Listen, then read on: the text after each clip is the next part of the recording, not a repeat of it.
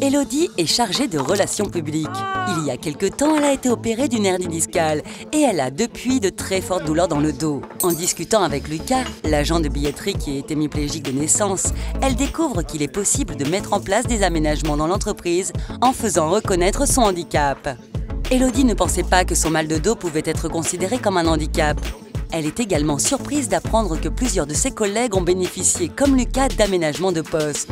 Sophia, qui travaille comme menuisière dans l'atelier de construction, a été exposée pendant de nombreuses années au bruit des machines. Suite à des problèmes d'audition, elle a décidé d'en parler à son employeur et a pu obtenir le financement d'appareils auditifs. Karim a récemment rejoint l'équipe technique comme régisseur son. Souffrant de diabète, son planning a été adapté afin qu'il puisse respecter des horaires fixes. Une pièce est à sa disposition pour s'isoler et un petit frigo a été installé pour y ranger son traitement. Le comptable, Daniel, travaille occasionnellement en télétravail.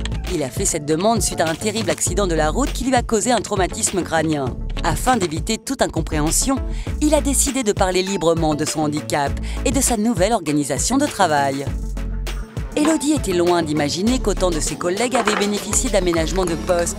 D'ailleurs, elle ne pensait pas non plus qu'ils pouvaient être en situation de handicap.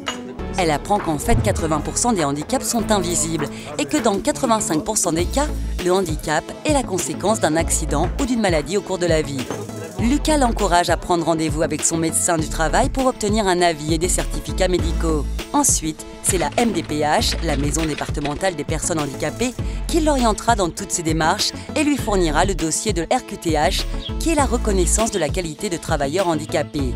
Si son dossier est validé, des organismes de financement seront sollicités et les aménagements nécessaires pourront être mis en place dans l'entreprise. Ouvrons les yeux sur le handicap, osons en parler et soyons à l'écoute pour mettre en place les aménagements adaptés et mieux le vivre au quotidien. Face au handicap, nous avons tous un rôle à jouer. Alors, ensemble, faisons tomber les préjugés.